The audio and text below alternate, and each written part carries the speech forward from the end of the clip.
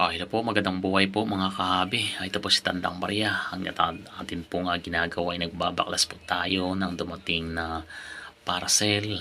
Ito po ay galing kay Sir Bohig Bohig sa mga di pa nakakilala sa kanya. So, Sir Bohig Bohig ay isa pong seller, collector ng numismatic. Ayan po.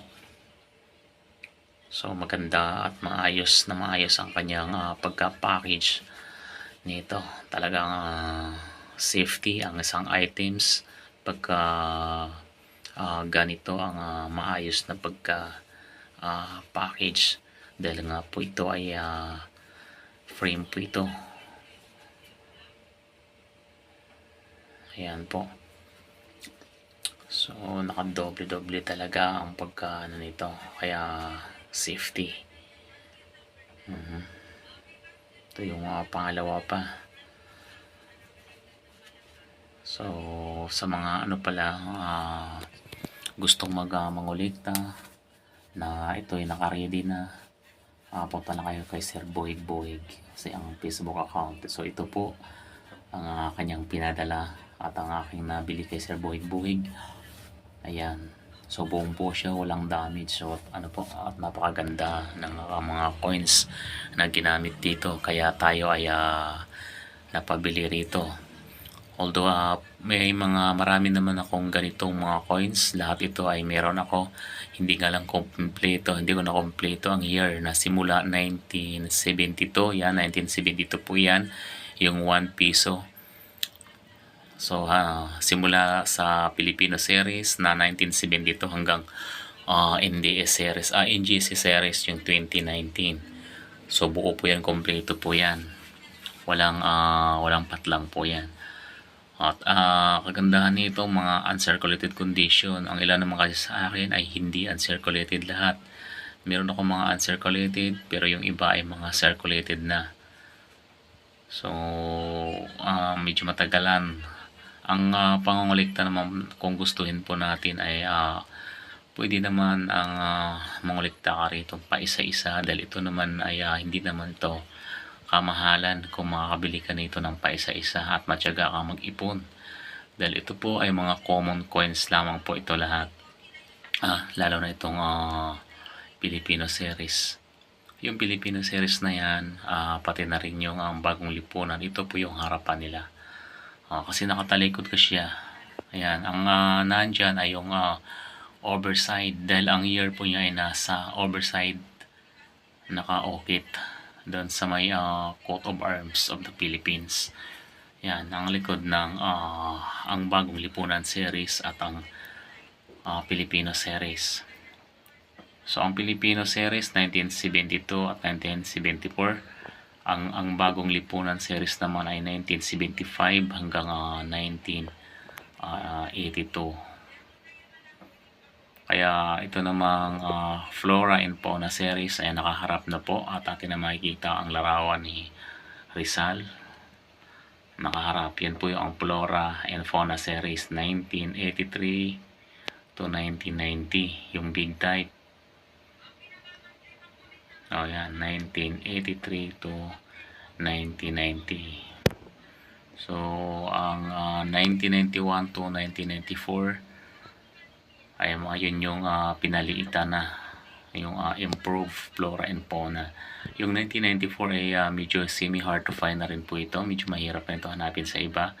Wala nga rin po ako nito ng 1994 na Flora and Fauna. Sa pala, Flora and Fauna na yung malalaking piso, big type, yung 1987, ang semi-hard to find. Medyo mahirap na rin hanapin yun. Ito yung mga NDS hanggang 2017. Ayan po, hanggang 2017 po ito, simula 1995. Itong 2017 na NGC ay masasabi natin semi-hard to find na rin yan. Medyo mahirap rin mahagilap. Pero meron naman dyan. Ako nito may 5 piraso ako, at yung iba ay naipamigay ko rin. Yan po, 2017 na NGC series, at hindi naman ito nabibili na mataas na halaga. Ayun po. Ang 2005 na NDS series, yung BSP NDS series na 2005 ay hard to find talaga yan. Ayan o.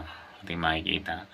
So, ayan ay maaaring mabibili sa 400 pesos. Ang iyong isa lang 400 pesos hanggang 800. So, depende sa kondisyon yun. Ito, UNC. UNC po ito. Maaaring 800 ang isa nito. So, ito may kasama siyang mga hard to find. Kasi hindi maaaring hindi kumpletuhin yan. Wala naman yung hard to find yan sa mga nauna. Maliban sa 1987 na Florent Pona. 1987. Medyo mahirap. Semi hard to find. Yan. Pero kung matyaga ka naman ay makakuha ka pa rin yan kahit pa isa-isa. Ako naman ay marami naman ako nito. Yun nga lang hindi buo, hindi lahat ng year. Yung iba ay paulit-ulit lang. Itong 2005 ay meron ako niyan, naka-frame na rin. Ito ay nakuha ko na at hindi ko nabili, nakuha ko lang sa circulation. So ganun lang tayo katyaga. Semi hard to find naman yung 2006. So yun lang po mga kahabi. So paalala po natin muli na ang mga coins na ito ay puro lang mga common coins po. Lahat yan. So wala pong mataas na halaga ang bawat isa po niyan kung pa isa-isa po ninyong bibilhin. Marami pong pwede nyong bilhan yan. So sa makatuwid at tayo ay napakarami na rin itong na-imbak. Ngayon nga lang ay ang mahirap minsan yung buuhin ang bawat year may mga kulang talaga. So kung minsan sa kondisyon naman ay mahirapan ka rin maghanap ng lahat ay mga uncirculated condition kagaya nito.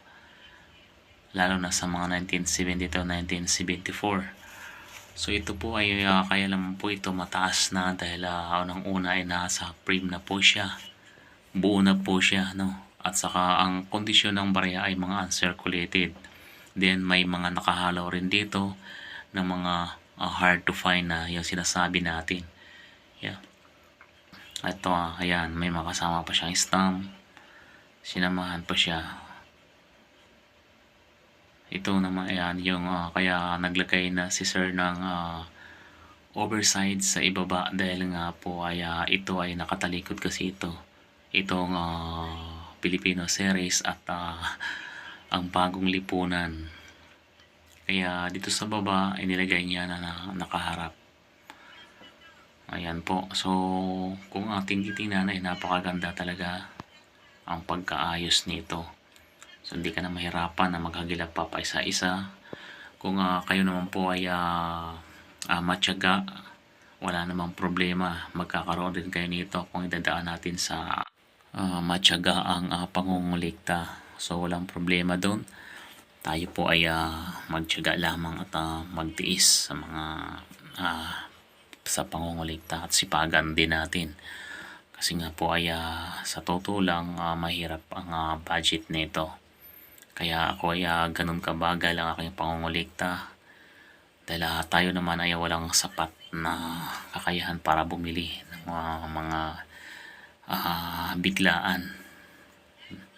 Tayo ay kailangan muna na mag-ipon ng matagal at kahit paano naman ay nakaipon naman kahit medyo mabagal at matagal, basta mapanatili lang natin na tayo ay nasa tama at nasa ayos at hindi tayo gagawa ng mga pangluloko sa ating kapwa. Ano po? So yun lang po mga kahabi, mga kabarya. Maraming salamat po sa inyong panonood. Sana po tayo ay gabayan po tayo ng Panginoong Diyos.